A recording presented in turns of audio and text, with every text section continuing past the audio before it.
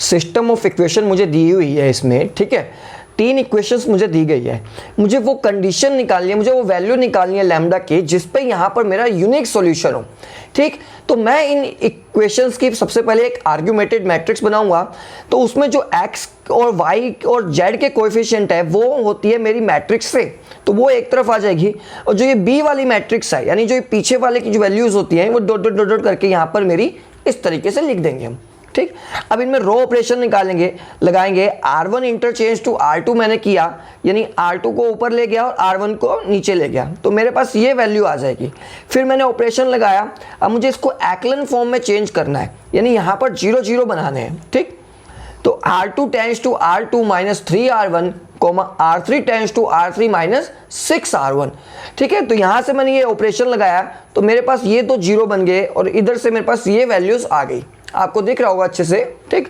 अब मैंने यहां पर लगाया R3 tends to R3 minus R2, अब मैट्रिक्स आई वो एक्लन फॉर्म में रिड्यूस हो चुकी है। अब देखिए यहां पर मेरे पास ये प्रॉपर्टी है कि यूनिक सॉल्यूशन के लिए जो रैंक ऑफ मैट्रिक्स A है, ठीक, यानी ये वाला पार्ट ये बराबर होना चाहिए रैंक ऑफ आर्ग्यूमेटेड मैट्रिक्स के, यानी ये पूरी मैट्रिक्स के, और ये बराबर होना चाहिए जो टोटल नंबर ऑफ मेरे पास वेरिएबल है। तो टोटल नंबर ऑफ मेरे पास वेरिएबल कहाँ है, कितने हैं यहाँ पर 3, x y z, तो 3 हो गए। आर्ग्यूमेटेड मैट्रिक्स के देखिए रैंक क्या होती है, नंबर ऑफ नॉन जीरो रोज, तो आर्ग्यूमेटेड मैट्रिक्स यानी पूरी मैट्रिक्स के लिए यहाँ पर लगभग 3 नॉन जीरो रोज हैं, ठीक, तो ये 3 आ गया। अब देखिए ए मैट्रिक्स के लिए अगर मेरे पास ये वैल्यू ये यहाँ पर lambda is not equal to 5 आ जाए तो ये रो 0 नहीं होगी, तो रैंक ऑफ ए मैट्रिक्स मेरे पास बन जाएगी 3। तो यानी lambda is equal to not equal to 5 पे, लैम्डा नॉट इक्वल टू 5 पे ये मेरे पास यूनिक सॉल्यूशन बन जाएगा, ठीक। अब देखिए दूसरा क्वेश्चन, मेरे को एक डिटर्मिनेंट दिया गया है 12वां, determinant of a matrix is 0। इस मैट्रिक्स का डिटर्मिनेंट 0 कब होगा, ठीक है। अब देखिए मेरे पास एक प्रॉपर्टी है यहाँ पर कि अगर कोई भी मैट्रिक्स है उसकी 2 कॉलम या 2 रो, ठीक है, यहाँ पर आपको दिख रहा होगा 2 कॉलम या 2 रो 0 सेम हो जाए तो वो मैट्रिक्स का जो डिटर्मिनेंट होता है वो 0 होता है। तो अगर ये जो फोर्थ मेरे को यहाँ फोर्थ कंडीशन दी गई थी जिसमें lambda is equals to mu था, अगर lambda is equals to mu होगा तो ये first and second row equal हो जाएगी, तो डिटर्मिनेंट ऑफ मैट्रिक्स जो आएगा मेरे पास वो 0 आएगा, ठीक। अब देखिए 13 question, if A is a square matrix such that A square plus I is equals to 0, ठीक है, मुझे इनवर्स निकालना है, ठीक। तो A square plus I is equals to 0, मैंने यहाँ पर दोनों तरफ A इनवर्स से मल्टीप्लाई किया, ठीक, तो इस तरह तो A इनवर्स कट जाएगा, यहाँ पर मेरे पास A आ गया और यहाँ पर A इनवर्स बच जाएगा is equals to 0, A inverse is equals to minus A आ जाएगा मेरे पास यहाँ, ठीक है। आप देख लीजिए तीसरा आंसर होगा आपके क्वेश्चन में, ठीक। अब 14, let A is equals to एक मैट्रिक्स मुझे दी गई है और यहाँ पर मुझे निकालना रैंक ऑफ ए मैट्रिक्स। अब देखिए कोई भी मैट्रिक्स है हम पहले उसको एक्लन फॉर्म में रिड्यूस करते हैं, तो यहाँ पर ये ऑलरेडी एक्लन फॉर्म में रिड्यूस है और यहाँ पर 3 नॉन जीरो रोज है, तो रैंक ऑफ जो मैट्रिक्स आएगी मेरे पास वो आएगी 3, ठीक। अब देखिए अगला क्वेश्चन है मेरे पास 15 कि let AX is equals to B is the matrix representation of the system. देखिए AX is equals to B हमने भी पीछे पढ़ा था, ये मैट्रिक रिप्रेजेंटेशन सिस्टम है, ठीक है, linear equation, then the given system has infinitely many solution, ठीक है। अब आपको इनफाइनाइट मैनी सॉल्यूशन निकालने हैं, वो बताना है किस कंडीशन पे होंगे। देखिए अगर रैंक ऑफ A बराबर होता है रैंक ऑफ आर्ग्यूमेटेड मैट्रिक्स के और ये वैल्यू लेस देन होती है टोटल नंबर ऑफ वेरिएबल के, यानी सपोज करो अगर टोटल नंबर ऑफ वेरिएबल मेरे पास एक्स वाई जेड है और 3 है और रैंक मेरे पास दोनों की आती है 2 2, तो इस कंडीशन में जो मेरे पास सॉल्यूशन आएंगे वो आएंगे इनफाइनाइटली मैनी सॉल्यूशंस, ठीक। फॉर यूनिक सॉल्यूशन क्या होता है, यहां पर इक्वल टू n हो जाता है, ठीक। अब देखिए अगला क्वेश्चन है मेरे पास, let A is equals to, ये मुझे एक मैट्रिक्स दी गई है और B मुझे यहाँ पर एक और मैट्रिक्स दी गई है। अब मुझसे पूछा द डिटर्मिनेंट ऑफ B क्या होगा। बड़ा ही सिंपल क्वेश्चन है, B मैट्रिक्स यहाँ पर लिखी, A मैट्रिक्स यहाँ पर लिखी, दोनों को मैंने मल्टीप्लाई कर दिया, तो और जो मल्टीप्लाई करके मेरे पास जो इस डिटर्मिनेंट इसका आएगा वो आएगा 16 के इक्वल, ठीक। अब देखिए 17 क्वेश्चन कॉम्प्लेक्स नंबर का है, मुझे दिया गया z is equals to 1 plus iota की power 6, find the modulus of the complex number. देखिए modulus of the complex number का स्क्वायर होता है z इंटू इट्स कॉन्जुगेट, ठीक, z square is equals to into its conjugate, ठीक। तो 1 plus आई की power 6, 1 minus आई की पावर 6। अब देखिए यहां पर इसको सोल्व करने के लिए मैं क्या करूंगा, दोनों तरफ √2/√2 की मल्टीप्लाई करूंगा, ठीक।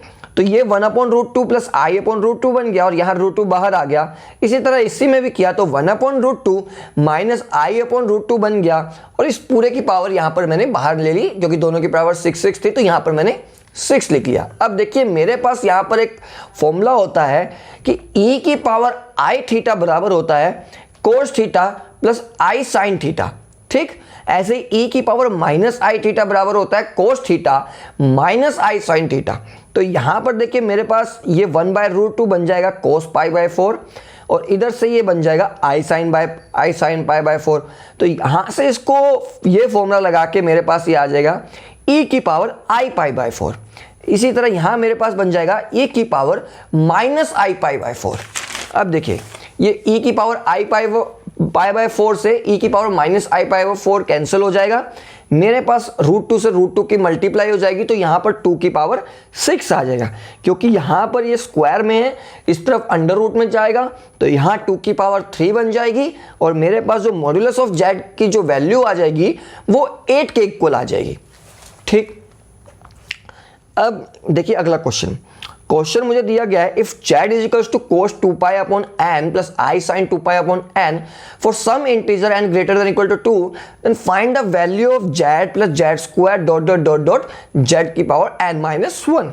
अब देखिए कैसे करेंगे इसे, ये मुझे एक सीरीज दी गई है जीपी की फॉर्म में, ठीक। तो यहां पर मैं जीपी इसका सम मुझे निकालना है तो मैं जीपी का फॉर्मूला लगाता हूं।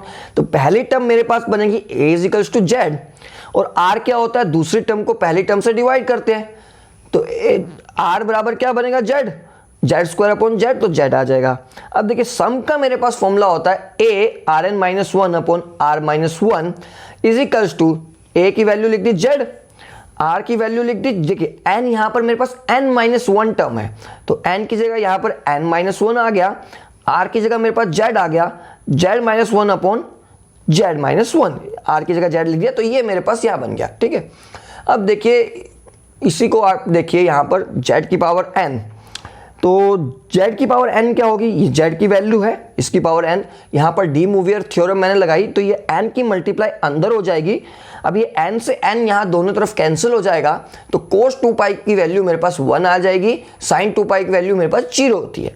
अब इसी देखिए ये z की पावर n/z बनेगा, तो इसको हम सोल्व करेंगे तो ये मेरे पास आ जाएगा zn-z/z-1, ठीक। इसको यहां पर हमने किया तो 1 - z/z-1 आ गया, तो कुल मिला के इसकी जो वैल्यू आएगी मेरे पास वो आ जाएगी -1। अब देखिए दूसरा क्वेश्चन, ये 19वां क्वेश्चन है मेरे पास, if z is a complex number such that its real part of zn is positive for every positive integer n then find the value of z is. देखिए z को हमने लेट कर लिया मेरे पास cos theta plus i sine theta, z की power n, de Moivre theorem लगाएंगे तो cos n theta plus i sine n theta.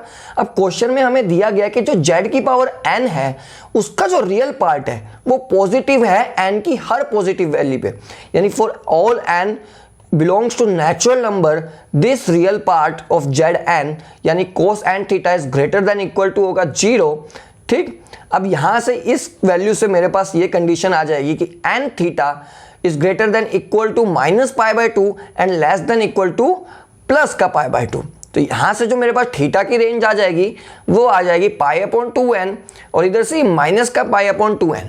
अब देखिए for n tends to infinity theta tends to 0, ठीक। तो थीटा 0 पर जो मेरे पास z की वैल्यू आने वाली है वो आने वाली है 1, ठीक। अब देखिए अगला क्वेश्चन, ये 20वां क्वेश्चन है हमारे पास।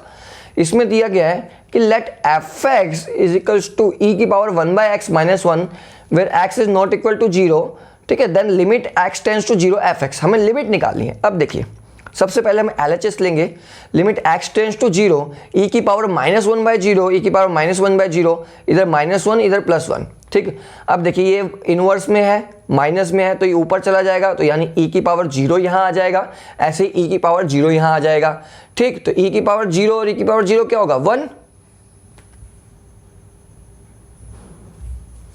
ठीक, तो e की पावर 0 क्या होगा 1, 1 - 1 अपॉन 1 + 1, तो यहां पर मेरे पास जो LHS की लिमिट आ गई वो आ गई 0। अब देखिए RHS की limit x tends to 0 plus, तो e की पावर 1/0 -1 अपॉन e की पावर 1/0 + 1। अब देखिए हम इसको ऐसे नहीं काट सकते, तो हमने इसके लिए पहले, आप चाहे इसे पहले x की टर्म में ही कर लीजिए सोल्व, चाहे बाद में x की वैल्यू डाल लीजिए। ठीक है, अब e की पावर 1/0 यहाँ दोनों से बाहर आ गया, तो 1 - 1 अपॉन e की पावर 1/0, इधर से बनेगा 1 + 1 अपॉन e की पावर 1/0। तो इसको हम सोल्व करेंगे, ये दोनों यहाँ से 0 0 हो जाएंगे, तो RHS की वैल्यू मेरे पास जो आ रही है वो आ गई 1। देखिए LHS की लिमिट क्या आई 0, RHS की लिमिट क्या आई 1। इसका मतलब LHS is not equal to RHS, तो हमारा जो आंसर आएगा कि लिमिट डजंट एग्जिस्ट। ठीक,